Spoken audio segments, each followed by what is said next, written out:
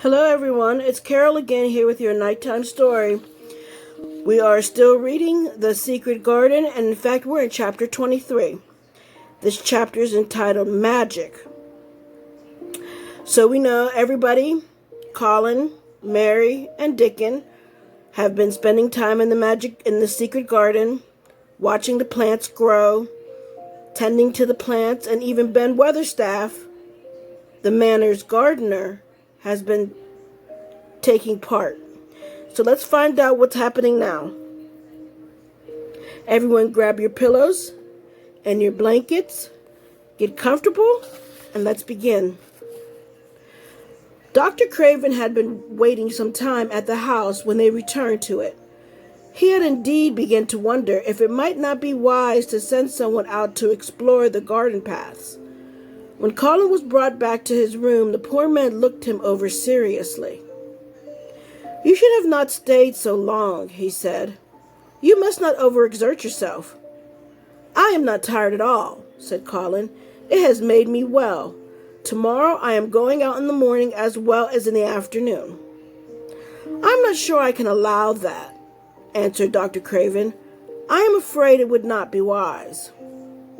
"It would not be wise to try to stop me," said Colin quite seriously. "I am going." Even Mary had found out that one of Colin's chief peculiarities was that he did not know in the least what a rude little brute he was with his way of ordering people about. He had lived on a sort of desert island all his life, and he had been the king of it. He had made his own manners and had had no one to compare himself with. Mary had indeed been rather like him herself, and since she had been at Misselthwaite, had gradually discovered that her own manners had not been of the kind which is usual or popular. Having made this discovery, she naturally thought it of enough interest to communicate to Colin. So she sat and looked at him curiously for a few minutes after Dr. Craven had gone. She wanted to make him ask her why she was doing it, and of course, she did. "What are you looking at me for?" he said. "I am thinking that I am rather sorry for Dr. Craven." "So am I," said Colin calmly, but not without an air of some satisfaction. "He won't get Misselthwaite at all now I'm not going to die." "I'm sorry for him because of that, of course," said Mary. "But I was thinking just then that it must have been very horrid to had to be polite for 10 years to a boy who was always rude. I would have never done it." "Am I rude?" Colin inquired undisturbedly. "If you had been his own boy, and he had been a slapping sort of man," said Mary, "he would have slapped you." "But he daren't," said Colin. "No, he daren't," answered Mistress Mary, thinking the thing out quite without prejudice. "Nobody ever dared to do anything you didn't like, because you were going to die and things like that. You were such a poor thing."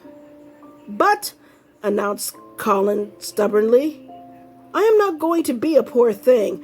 I won't let people think I'm one. I stood on my own feet this afternoon." "It is always having your own way that has made you so queer," Mary went on, thinking aloud. Colin turned his head, frowning. "Am I queer?" he demanded. "Yes," answered Mary, "very. But you needn't be so cross," she added impartially, "because so am I queer, and so is Ben Weatherstaff. But I am not as queer as I was before I began to like people and before I found the garden." "I don't want to be queer," said Colin. "I'm not going to be," and he frowned again with determination. He was a very proud boy. He lay thinking for a while, and then Mary saw his beautiful smile begin and gradually change his whole face.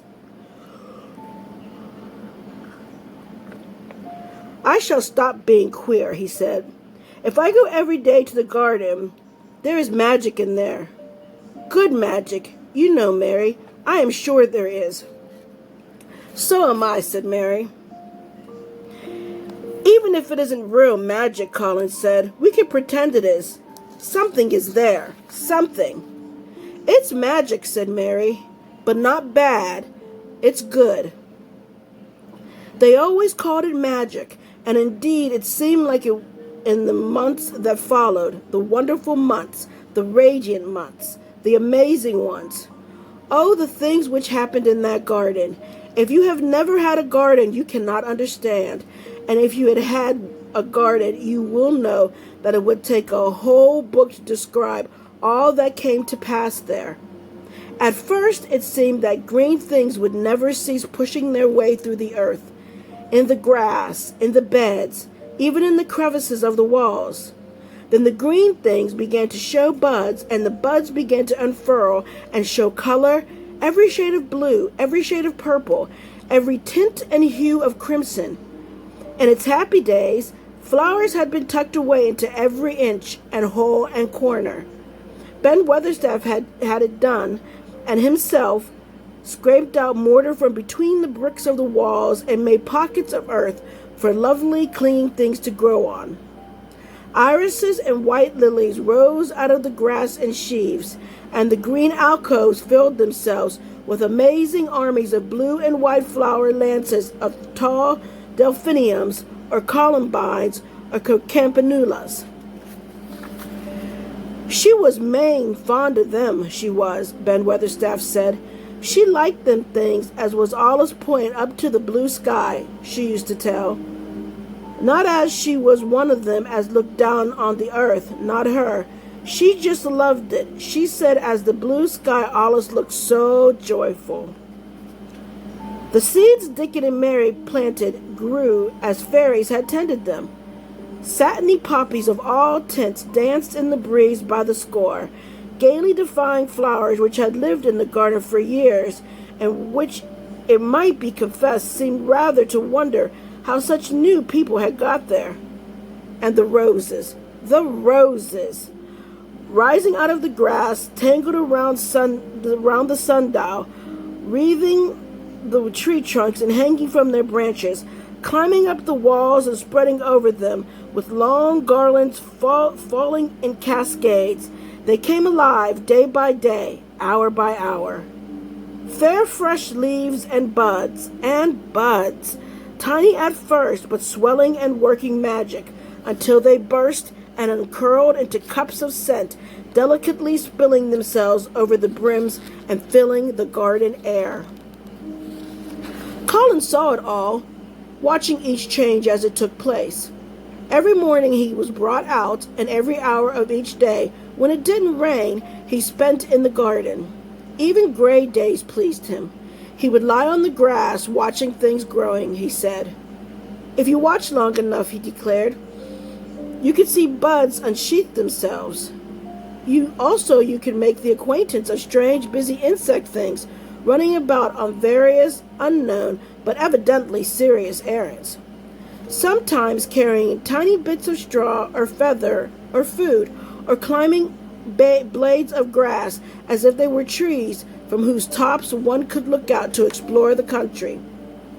A mole throwing up its mound at the end of its burrow and making its way out at last with the long-nailed paws which looked so like elfish hands, had absorbed him one whole morning. Ants' ways, beetles' ways, bees' ways, frogs' ways, birds' ways, plants' ways gave him a new world to explore, and when Dickon revealed them all and added foxes' ways, otters' ways, ferrets' ways, squirrels' ways, and trouts and water rats and badgers' ways, there was no end to the things to talk about and think over. And this was not the half of the magic. The fact that he had really once stood on his feet had set Colin thinking tremendously, and when Mary told him the spell she had worked, he was excited and approved of it greatly. He talked of it constantly. Of course there must be lots of magic in the world, he said wisely one day, but people don't know what it is like or how to make it. Perhaps the beginning is just to say nice things are going to happen until you make them happen. I'm going to try an experiment. The next morning when they came to the secret garden, he sent at once for Ben Weatherstaff. Ben came as quickly as he could and found the Rajah standing on his feet under a tree, looking very grand but also beautifully smiling. "Good morning, Ben Weatherstaff," he said. "I want you and Dickon and Miss Mary to stand in a row and listen to me because I'm going to tell you something very important." "Aye, aye, sir," answered Ben Weatherstaff, touching his forehead. One of the long-concealed charms of Ben Weatherstaff was that in his boyhood he had once run away to sea and made voyages, so he could reply like a sailor. "I'm going to try to make a scientific experiment," explained the Rajah. "When I grow up, I'm going to make great scientific discoveries, and I'm going to begin now with this experiment." "Aye, aye, sir," said Ben Weatherstaff promptly, though this was the first time he had heard of great scientific discoveries. It was the first time Mary had heard of them either, but even at this stage she had begun to realize that, queer as he was, Colin had read about a great many singular things and was somehow a very convincing sort of boy. When he held up his head and fixed his strange eyes upon you, it seemed as if you believed him almost in spite of yourself, though he was only 10 years old, going on 11.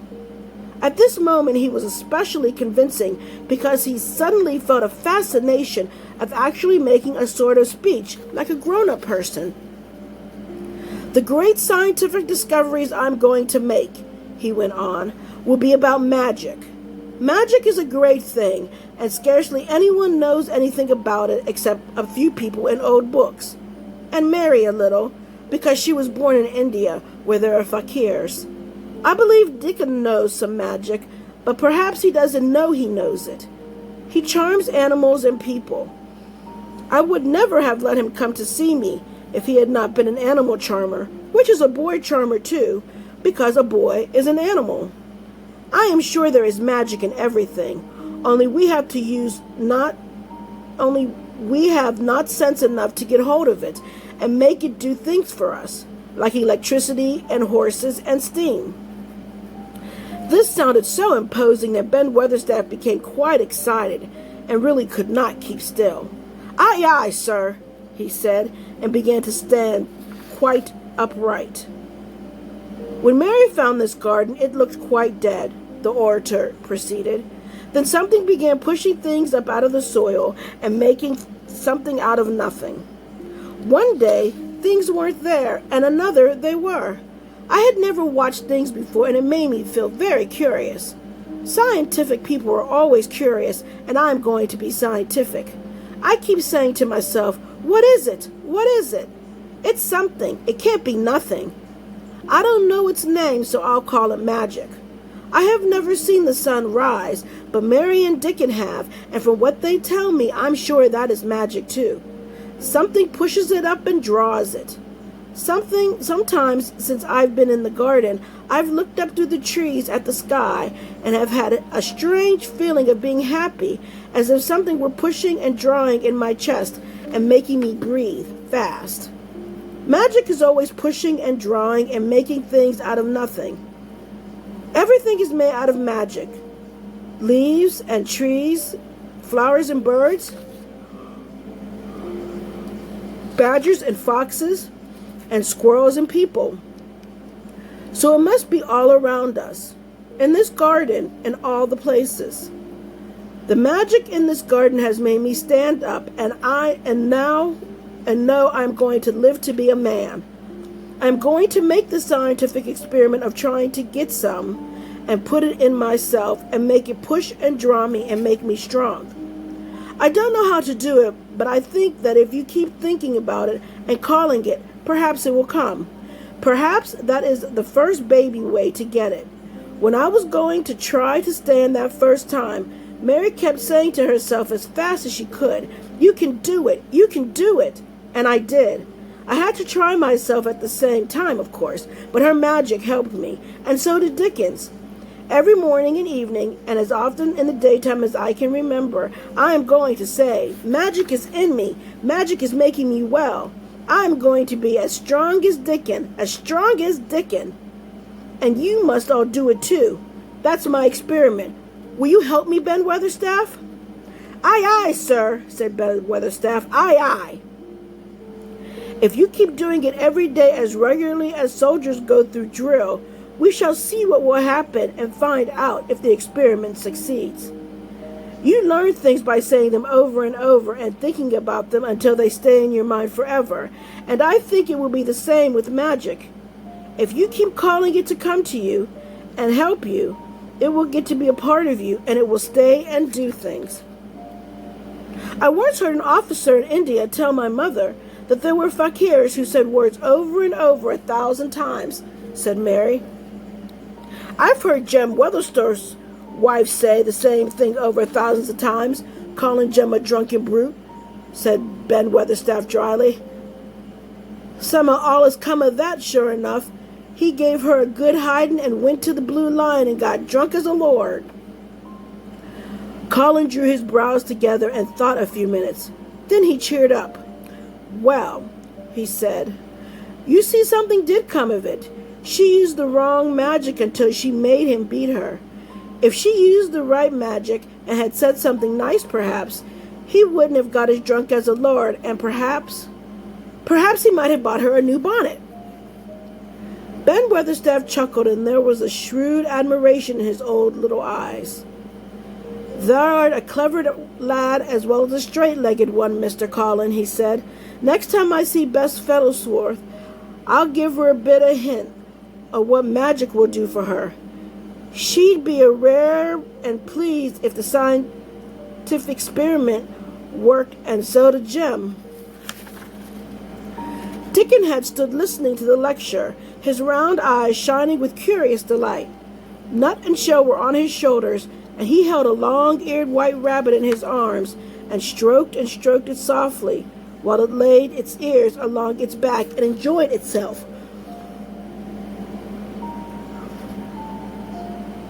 "Do you think the experiment will work?" Colin asked him, wondering what he was thinking. He so often wondered what Dickon was thinking when he saw him looking at him or at one of his creatures with his happy, wide smile. He smiled now, and his smile was wider than usual. "Aye," he answered, "that I do. It'll work the same as the seeds do when the sun shines on them. It'll work for sure. Shall us begin now?" Colin was delighted, and so was Mary. Fired by recollections of fakirs and devotees and illustrations, Colin suggested that they should all sit cross-legged under the tree, which made a canopy. "It will be like sitting in a sort of a temple," said Colin. "I'm rather tired, and I want to sit down." Said Dickon, "thou mustn't begin saying thou art tired. That might spoil the magic." Colin turned and looked at him into his innocent round eyes. "That's true," he said slowly. "I must only think of the magic." It all seemed most majestic and mysterious when they sat down in their circle. Ben Weatherstaff felt as if he had somehow been led into appearing at a prayer meeting. Ordinarily, he was very fixed in being what he called agent prayer meetings. But this being the Rajah's affair, he did not resent it, and was indeed inclined to be gratified at being called upon to assist. Mistress Mary felt solemnly enraptured. Dickon held his rabbit in his arm, and perhaps he made some charmer's signal no one heard, for when he sat down cross-legged like the rest, the crow, the fox, the squirrels, and the lamb slowly drew near and made part of the circle, settling each into a place of rest as if of their own desire. "The creatures have come," said Colin gravely. "They want to help us." Colin really looked quite beautiful, Mary thought. He held his head high as if he felt like a sort of priest, and his strange eyes had a wonderful look in them. The light shone on him through a tree canopy. "Now we will begin," he said. "Shall we sway backward and forward, Mary, as if we were dervishes?" "I cannot do no swaying backward and forward," said Ben Weatherstaff. "I got the rheumatics." "The magic will take them away," said Colin in a high priest tone. "But we won't sway until it has done it. We will only chant." "I cannot do no chanting," said Ben Weatherstaff a trifle testily. "They turned me out of the church choir the only time I ever tried it." No one smiled. They were all too much in earnest. Colin's face was not even crossed by a shadow. He was thinking only of the magic. "Then I will chant," he said, and he began, looking like a strange boy spirit. "The sun is shining, the sun is shining, that is the magic. The flowers are growing, the roots are stirring, that is the magic. Being alive is the magic, being strong is the magic. The magic is in me, the magic is in me. It is in me, it is in me. It is in every one of us. It is in Ben Weatherstaff's back. Magic, magic, please come and help." He said it a great many times, not 1,000 times, but a goodly number. Mary listened entranced. She felt as if it were at once queer and beautiful, and she wanted him to go on and on. Ben Weatherstaff began to feel soothed into a sort of dream which was quite agreeable. The humming of the bees in the blossoms mingled with the chanting voice and drowsily melted into a doze.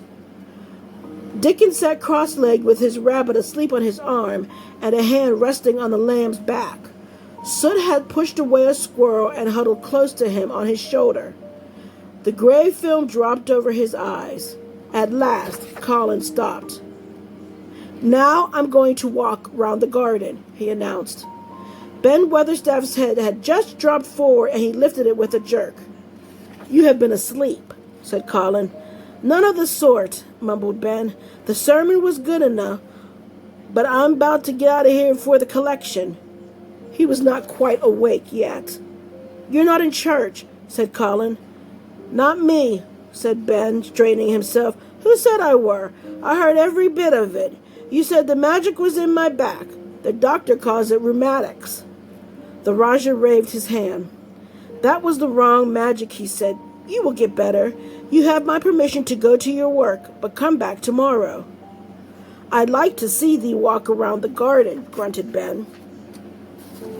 It was not an unfriendly grunt, but it was a grunt. In fact, being a stubborn old party and not having entire faith in magic, he had made up his mind that if he were sent away, he would climb his ladder and look over the wall so that he might be ready to hobble back if there were any stumbling. The Rajah did not object to his staying, and so the procession was formed. It really did look like a procession. Colin was at its head, with Dickon on one side and Mary on the other. Ben Weatherstaff walked behind, and the creatures trailed after them. The lamb and the fox cub keeping close to Dickon, the white rabbit hopping along and stopping to nibble, Soot following with the solemnity of a person who felt himself in charge. It was a procession which moved slowly but with dignity. Every few yards it stopped to rest. Colin leaned on Dickon's arm, and privately Ben Weatherstaff kept a sharp lookout. But now and then Colin took his hand from its support and walked a few steps alone. His head was held up all the time, and he looked very grand. "The magic is in me," he kept saying. "The magic is making me stronger. I can feel it. I can feel it." It seemed very certain that something was upholding and uplifting him. He sat on the seats in the alcoves, and once or twice he sat down on the grass, and several times he paused in the path and leaned on Dickon. But he would not give up until he had gone all around the garden. When he returned to the canopy tree, his cheeks were flushed, and he looked triumphant. "I did it! The magic worked," he said. "That is my first scientific discovery." "What will Dr. Craven say?" broke out Mary. "He won't say anything," Colin answered, "because he will not be told. This is to be the biggest secret of all. No one is to know anything about it until I have grown so strong that I can walk and run like any other boy. I shall come here every day in my chair, and I shall be taken back in it. I won't have people whispering and asking questions, and I won't let my father hear about it until the experiment has quite succeeded. Then sometime when he comes back to Misselwaite, I shall just walk into his study and say, 'Here I am like any other boy. I am quite well, and I shall live to be a man.' It has been done by scientific experiment." "He will think he is in a dream," cried Mary. "He won't believe his eyes." Colin flushed triumphantly. He had made himself believe that he was going to get well, which was really more than half the battle. If he had been aware of it. And the thought which stimulated him more than any other was this imagining what his father would look like when he saw that he had a son who was as straight and as strong as other fathers' sons. One of his darkest miseries in unhealthy morbid days had been his hatred of being a sickly, weak-backed boy whose father was afraid to look at him. "He'll be obliged to believe them," he said. "One of the things I'm going to do after the magic works, and before I begin to make scientific discoveries, is to be an athlete." "We shall have thee taken to boxing in a week or two," said Ben Weatherstaff. "That'll end in winning the belt and being champion prize fighter of all England." Colin fixed his eyes on him sternly. "Weatherstaff," he said, "that is disrespectful. You must not take liberties because you're in the secret. However much the magic works, I shall not be a prize fighter. I shall be a scientific discoverer." Ax pardon, sir," answered Ben, touching his forehead in salute. "I ought to have seen it wasn't a joking manner."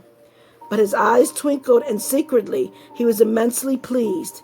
He really did not mind being snubbed, since the snubbing meant that the lad was gaining strength and spirit.